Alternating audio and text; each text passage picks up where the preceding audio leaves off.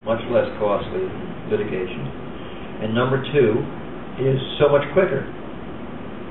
You know, because binding arbitration, once the arbiter or arbiters say this is what it is, it's binding. There's no appealing it. You just stop right there. Okay.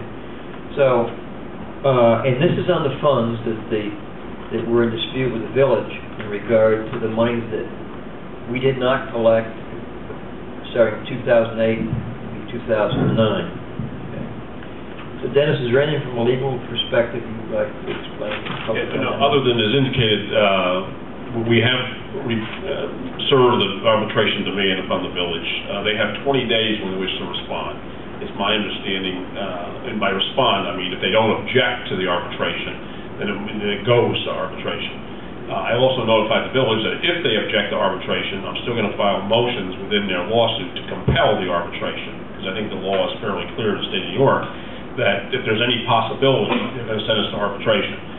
In that vein, Village Attorney Donovan indicated to me that he would be discussing this concept, this issue tonight with the village board, which apparently has some type of meeting. And hopefully tomorrow morning we'll know what their position is vis-a-vis agreeing to an arbitration or getting involved in a lawsuit as to whether or not we should go to arbitration. So we'll know tomorrow. Again, I can't speak for the village, but I know they were going to discuss it. He indicated he would discuss it with them tonight, and hopefully we can avoid that battle within the war. Well, they've already incurred legal expenses just to do this. I just want to make it clear that we still want to go to arbitration and get it settled. There's no reason, no disrespect, Dennis, to pay all these attorney's fees and these court costs, because the people in Goshen are going to have to pay for it. They're down in the village. I just keep saying it. I really don't want to sue myself. It just doesn't make any sense.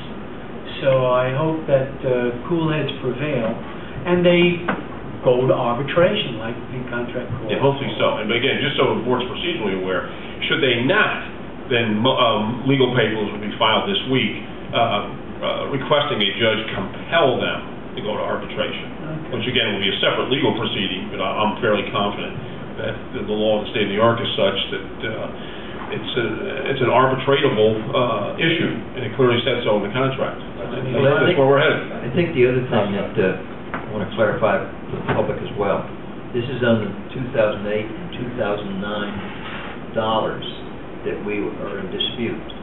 This doesn't work for anything going forward on how they're going to charge us going forward, any changes in the system. This is strictly the money that they say we owe them, and we feel we have a case that we don't owe it. Okay, just as that was a status item. Okay. Jessup Switch Road contract, I signed that last week, and the work is going to begin on that in mid-September.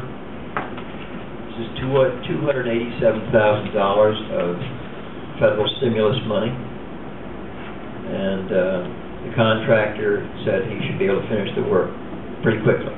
So, and the way that's going to work is we're going to get one invoice from this particular builder, so he said, and we will turn that over to the county, and the county will then draw down the funds.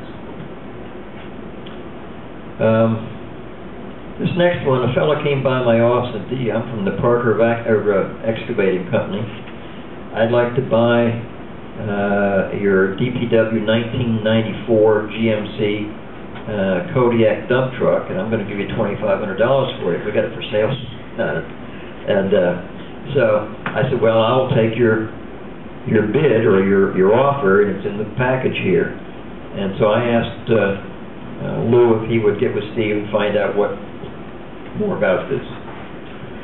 In talking to Steve today, we're going to create a new package and put everything out for bid again, because there's more than just that one truck, and it's the right way of doing things. Yes. All right. So the gentleman came off the street.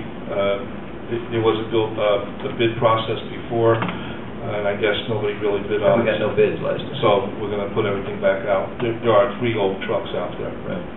2 with cracked frames. Now, Dennis, with no bids last time, if this may be the bid going forward. Let's say there are no bids this time. Is it then at the discretion of this board to sell them as we see fit, if we get offers. If in fact we make two efforts, correct. Okay, very good. Thank you, Lou. But we were hoping to get more than that for that particular vehicle. This next one, we got you got in your mail last week or so. It's a request by Daniel Rongo for road safety improvements in front of his home on Cheechunk Road. There's a curve in the road, and evidently cars, when it rains, have a tendency to, if they're speeding, to go off the road into his front yard.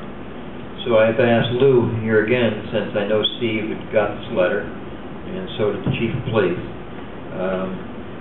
what's their input. So Lou, if you can manage that one for us. Okay. As we spoke today in the office, Doug, I got with Steve again. This is something that we spoke to Steve about a month ago concerning putting a guardrail, and we looked into a guardrail. Well, he did, and somebody gave us a price on a double guardrail, and the length of it's like 120 to 130 feet long. I went out there today. I don't know if it has to be that long, but what I'm recommending is that I like to have the board go out there, at least to visual see the turn that we're talking about. I think somebody put a request in to possibly put a stop sign on Cheechunk Road there where it meets Owens, because it seems like that the chief's not going to do it. There's really probably have a hard time putting it there. But I just this is the one the gentleman recommended, and it's really an overkill for this particular situation. All right, and this is the one we're talking about, $12,000-something for this. You don't need a double guardrail of this magnitude for this.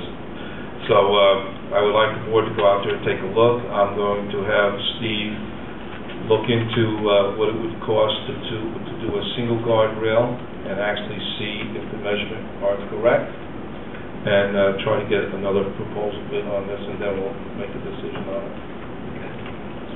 Cheechunk, and what's the closest? Is Owens. Owen?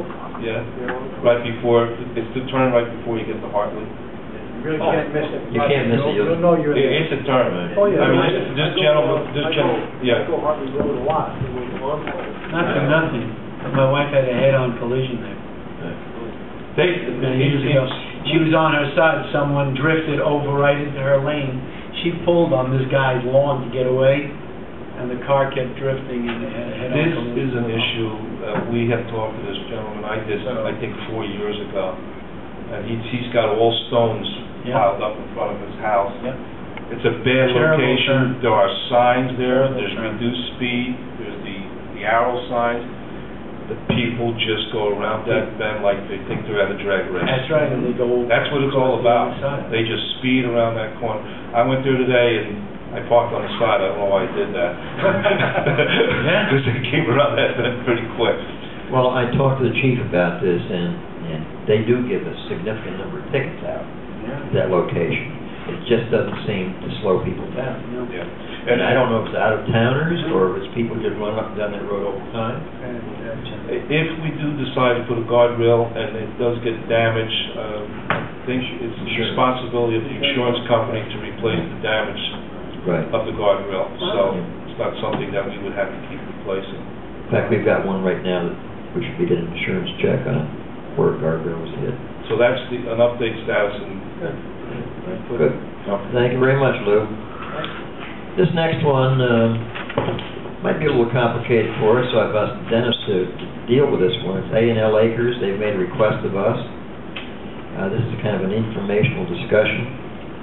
We had a meeting today, Phil and myself and Dennis and Rick Golden and Neil, and it went on for about 2 hours. So do you think we're going to do this in 5 minutes? Yeah, it'll be very brief, because again, it's informational for the rest of the board, if you weren't there.